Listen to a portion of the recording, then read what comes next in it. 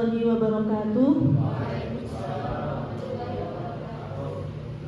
Hamdan wa syukran lillah wassalatu wassalamu ala rasulillah sayyidina Muhammad wa ala alihi wa sahbihi wa mawalah wa la hawla wa la quwata illa billah amma ba'da.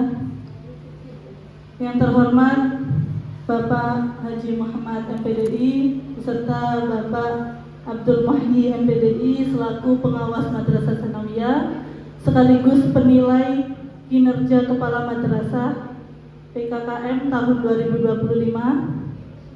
Yang kami hormati Ustadz Sandi SPDI selaku Ketua Yayasan Ali Ibrahimi Karangasem. Yang kami hormati Kepala MTS Miftahul Ulum Cukur Guling, beliau Ustazah Sonita Julia Fatmasari. Yang kami hormati Kepala MTS Al-Husaini Karangasem, beliau Neng Uswatun Hasanah SPDI, serta seluruh Dewan Guru yang hadir pada kegiatan pagi hari ini. Pertama-tama marilah kita panjatkan syukur kita kehadirat Allah Subhanahu wa Ta'ala karena atas limpahan rahmat-Nya kita semua dapat berkumpul dalam acara PKKM tahun 2025 ini.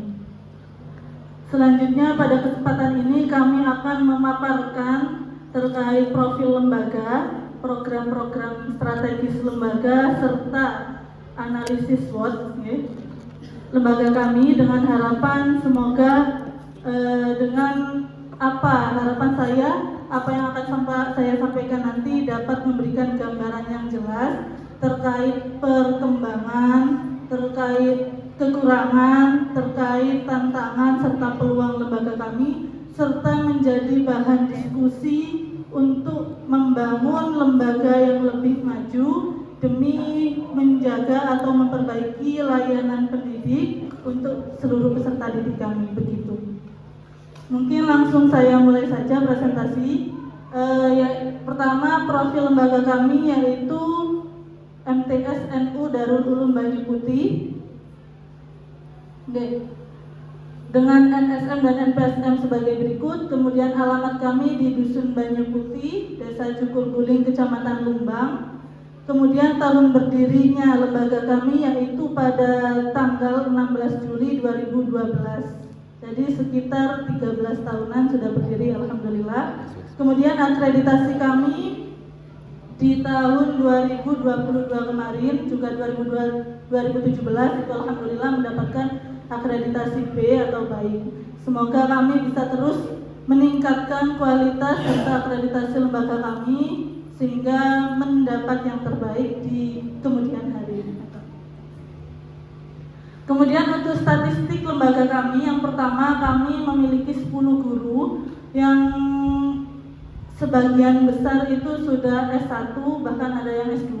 Kemudian kami juga memiliki kantor guru 1, ruang belajar untuk siswa itu ada 3, ruang serbaguna ini ada 1, kemudian kamar mandi ada 3. Untuk visi dari lembaga kami yaitu membentuk generasi yang berakhlakul karimah, berkualitas dan mempunyai keterampilan serta berwawasan Ahlus Sunnah wal Jamaah sesuai dengan nama lembaga kami yaitu mencantumkan NU atau Nahdlatul Ulama, begitu.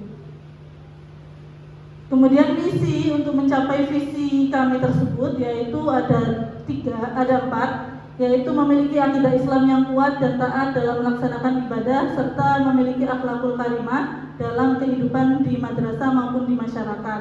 Kemudian berupaya untuk melaksanakan pembelajaran yang bermutu dan mempunyai keterampilan yang baik.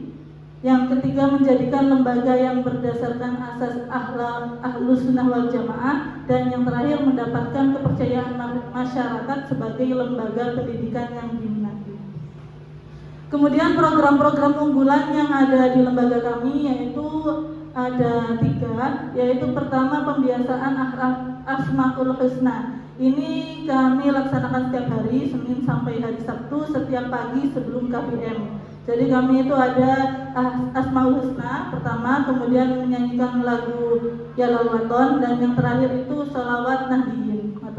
Karena sesuai dengan lembaga kami tadi yaitu NU. Kemudian ada istighosa Jumat Legi.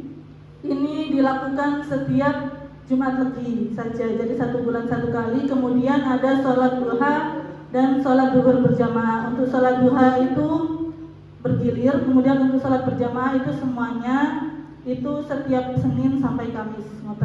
Untuk Jumat karena waktunya pendek, dan untuk Sabtu karena ada pramuka atau ekstrakurikuler, jadi kami tidak bisa melaksanakan sholat duhur berjamaah. Kemudian yang terakhir ada senam anak Indonesia hebat. Ini masih pertama kali kami luncurkan karena ini sesuai dengan kurikulum Merdeka. Sekarang kan ada senam anak Indonesia hebat dan kami sudah memulainya di tahun ajaran ini. Kemudian prestasi-prestasi yang telah kami raih selama 3 tahun terakhir, yaitu yang pertama, untuk di slide pertama ini dalam rangka Perseni 2025 kemarin yang bertepatan di KKMTSN 5 Pasuruan.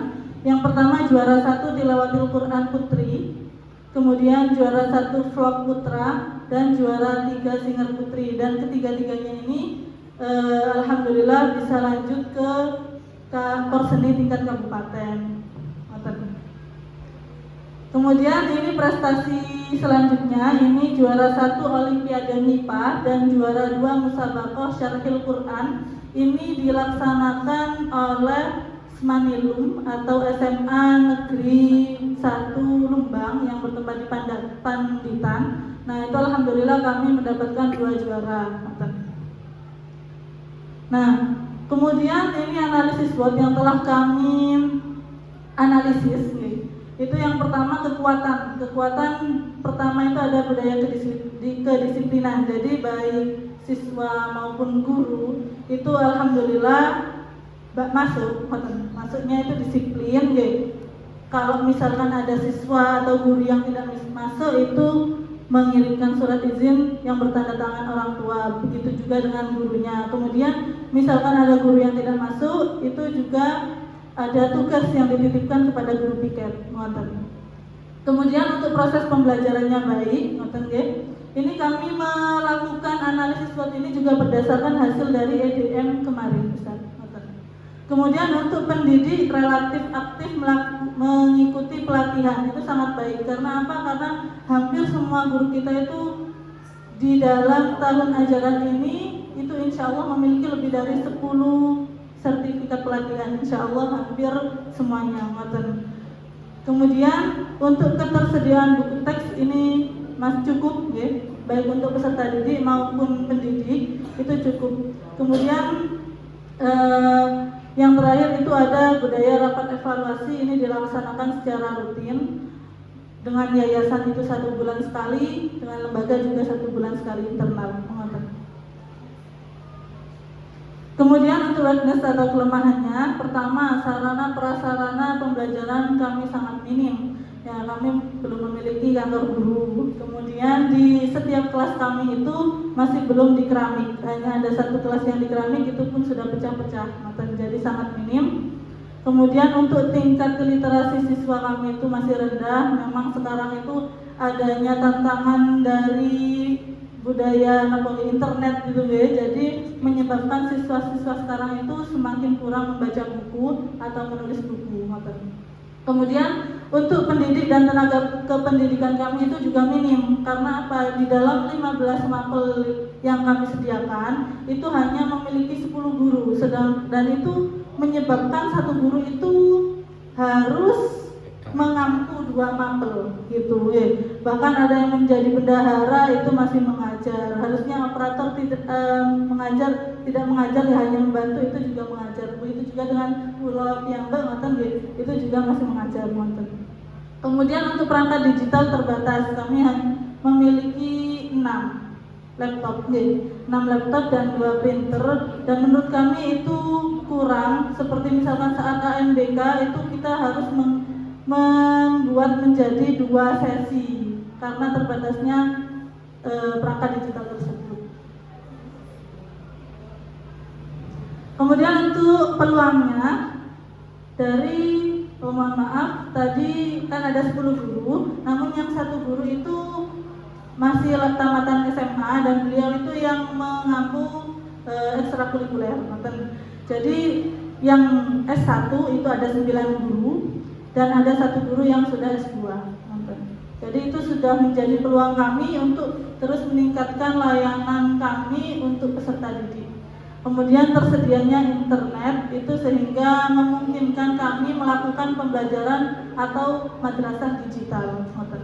Kemudian sinergi bersama komite dengan yayasan itu kami termasuk kuat karena hampir setiap bulan kami itu ada rapat bersama dengan yayasan. Kemudian saat pembentukan program baik semester ganjil maupun semester genap itu kami juga bersama dengan yayasan. Jadi tidak kami serta-merta langsung melakukan kegiatan tersebut. Jadi kami selalu bersinergi dengan komite beserta yayasan. Kemudian ancaman pada lembaga kami itu tadi seperti kekurangan tadi, itu minimnya fasilitas belajar bisa menurunkan kualitas pembelajaran. Jadi pembelajaran itu tidak nyaman karena kurangnya tadi. Mungkin kalau kursi meja itu masih cukup, tapi karena keterbatasan fasilitas seperti kipas angin itu panas, jadi menyebabkan tidak nyaman belajar itu terganggu. Kemudian masih ada kelas-kelas itu yang masih belum ada jendelanya. Nah itu kemudian karena memang berdekatan dengan Tegal, kami seperti di sini itu menyebabkan kalau ada angin kencang itu di pohon-pohon itu ya itu menakutkan, seperti ada gesekan-gesekan pohon. Kemudian yang kedua infrastruktur fisik. Nah itu yang ruangan-ruangan dosa itu berpotensi mengganggu KBM sama seperti nomor 1. Kemudian yang ketiga ketergantungan pada guru itu terbatas untuk siswanya. Jadi misalkan siswa itu diminta untuk membuat proyek, nah itu harus dituntun terus Ustaz. Jadi masih belum bisa mandiri. Misalkan juga ada siswa yang misalkan berkelahi atau adanya kondisi yang ricuh, nah itu masih selalu Bu, Pak, jadi selalu bergantung pada guru. Kemudian yang keempat kurangnya budaya membaca siswa tadi. Kemudian yang kelima keamanan data dan aktivitas digital terhambat daya listrik kecil karena daya listrik di lembaga kami itu 900 watt, padahal yang efektif atau yang sesuai itu 1300. Jadi kalau misalkan kami mau mengadakan atau misalkan mau pelajaran menggunakan layar LCD semua 3 kelas itu pasti gejlek Ustaz. Jadi saat biasanya maksimal itu 2 kelas, itu sudah bisa. Kalau 3 kelas langsung gejlek. Kemudian untuk solusi strategis berdasarkan SWOT tadi, ini analisis yang kami bisa. Jadi solusinya, jadi misalkan nanti ada solusi lain dari Bapak Ibu guru, kami tampung, kami sangat memohon untuk peningkatan lembaga kami.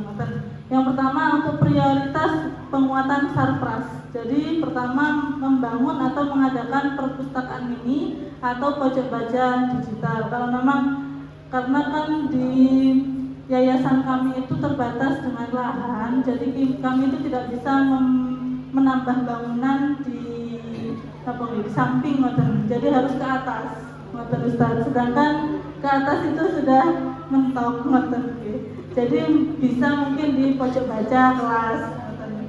Kemudian adanya pengadaan alat peraga IPA dan IPS minimal dan perangkat laboratorium sederhana. Kami kan juga tidak memiliki lab, baik lab laboratorium TIK maupun laboratorium IPA IPS. Tetapi kami sudah memiliki untuk alat peraga itu minimal, seperti alat peraga IPA itu ada anatomi tubuh dan kerangka, kemudian untuk IPS ada globe dan peta. Kemudian untuk penggaris-penggaris yang besar itu juga ada untuk matematika. Namun karena tidak ada tempatnya, jadi ditaruh di kamar semua.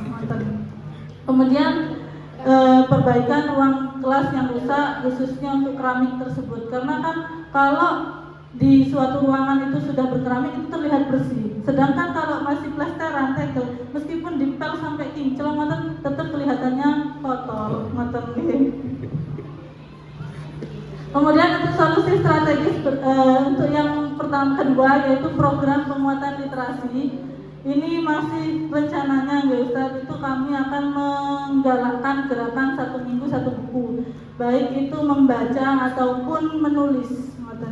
Jadi nanti mungkin dari kumpulan misalkan kan kami itu memiliki 38 siswa. Nah itu mungkin nanti setiap siswa itu membuat satu lembar nanti dikumpulkan menjadi satu dalam 1 minggu menjadi 1 buku. Kemudian ada literasi pagi. Jadi setelahnya doa bersama Asmaul Husna tersebut, mungkin ada waktu 10 menit kami sisihkan untuk literasi, membaca buku dan atau menulis tersebut. Kemudian untuk peningkatan kapasitas guru. Nah, untuk hal tersebut kami juga akan menganggarkan pelatihan, baik itu workshop, kokurikuler, pelatihan TK dan micro teaching. Karena kalau yang banyak yang adanya workshop di internet atau di online sekarang itu kan kebanyakan itu tentang pembuatan kurikulum. Jadi untuk cara pengajaran seperti micro teaching itu masih kurang ya. Jadi mungkin nanti kami akan mencari informasi lebih lanjut untuk atau kami bisa mengundang narasumber terkait bagaimana caranya micro teaching yang baik. Kemudian program unggulan berbasis kekuatan, yaitu pembiasaan religius seperti sholat dan tadarus itu diperkuat lagi. Karena kalau sholat ini karena kami memang terbatas dengan air, tidak seperti di bawah. Jadi saat misalkan air PDAM itu tidak mengalir, itu kami meliburkan sholat dulu berjamaah. Jadi sholat di rumah gitu. Yang penting tetap sholat ya. Jadi itu mungkin nanti kami perkuat lagi. Kemudian untuk publikasi digital kegiatan madrasah itu untuk branding lembaga. Sebenarnya kami sudah memiliki Instagram, itu ada SNU Darul Ulum Putih. Di situ sudah termasuk dalam kegiatan-kegiatan kami selama ini, sudah termasuk dalam situ. Tapi memang karena yang mengedit itu sekaligus mengajar, jadi tidak langsung sekarang ada kegiatan misalkan PK kami ini langsung terbit boten, karena nanti menunggu editornya itu luang.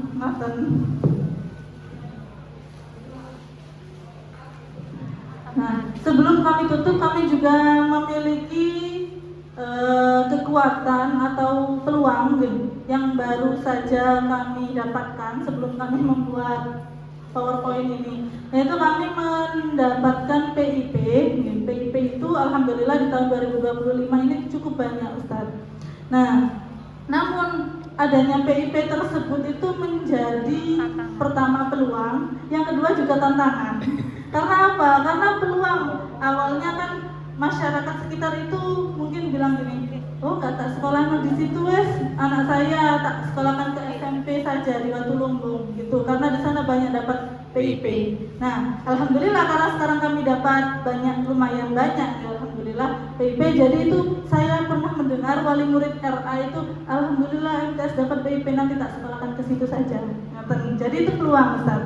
Tapi ada juga ancamannya itu karena PIP tersebut juga itu menjadi tantangan karena selalu masyarakat itu yang tidak dapat itu wali muridnya itu ke lembaga.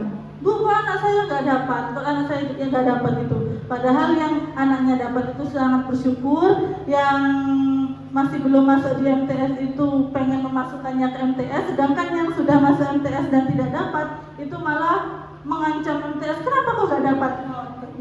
Mungkin kami masih belum menemukan solusi terkait ini, bagaimana menghadapi masyarakat terkait hal tersebut, padahal sudah kami jelaskan ya, terkait alurnya kan bukan kami ya Bu ya, yang menentukan. Memang kalau bisa ya, semua siswa tak dapatkan, kalau bisa berhubung ya tidak bisa. Kemudian yang kedua Ustaz, ini yang perlu kami diskusikan juga, itu terkait study tour. Nah, study tour itu kami kan memang ada kegiatan tahunan, yaitu study tour atau pembelajaran di luar berbasis jalan-jalan gitu. Nah, itu menjadi peluang juga sekaligus tantangan. Kenapa? Karena peluangnya memang masyarakat itu suka, oh alhamdulillah anak saya tidak belajar di kelas toh gitu gitu. Jadi mau memasukkan putra-putrinya itu ke lembaga kami. Namun ancamannya, oh, kok mahal banget, kok gini, Ya, padahal kan memang ya nopo nggih, karena kan kalau untuk 38 siswa itu ya nopo nanggung mboten lho, mau dimasukkan elef itu kurang dua atau tiga bahkan kalau dimasukkan di bis itu kurang. Jadi tapi kita selama ini mau menggunakan bis Bu. Nah, sehingga iurannya itu memang agak tinggi. Nah, karena hal tersebut ada beberapa wali murid, ada dua lah sekitar nggak banyak, tapi itu kan juga menjadi apa di telinga kami nih mungkin hal tersebut kami mohon solusinya dari MTS Cukur Guling atau MTS Karangasem khususnya kepada Ustadz Muhammad dan Ustadz Abdul Wahid.